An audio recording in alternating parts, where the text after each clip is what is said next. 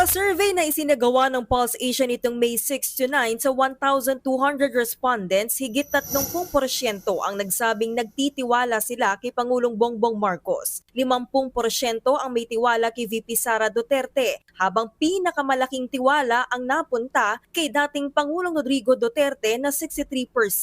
42% naman ang hindi nagtitiwala kay PBBM. Mataas kumpara sa 25% ni VP Sara at 17% ni dating Pangulong Duterte. Nasa 20% nang hindi makapagdesisyon kung may tiwala pa ba sila sa tatlong opisyal. Pero ang pinakakapansin-pansin ay ang pagtaas ng bilang ng mga hindi nagtitiwala kay Pangulong Marcos pagdating sa Mindanao na balwarte ng mga Duterte. 81% ang naitalang distrust rating ng Pangulo. The Duterte power block, whether we like it or not, talagang hindi sila basta-basta matitinag dito sa Mindanao. Definitely may hirapan talaga, no?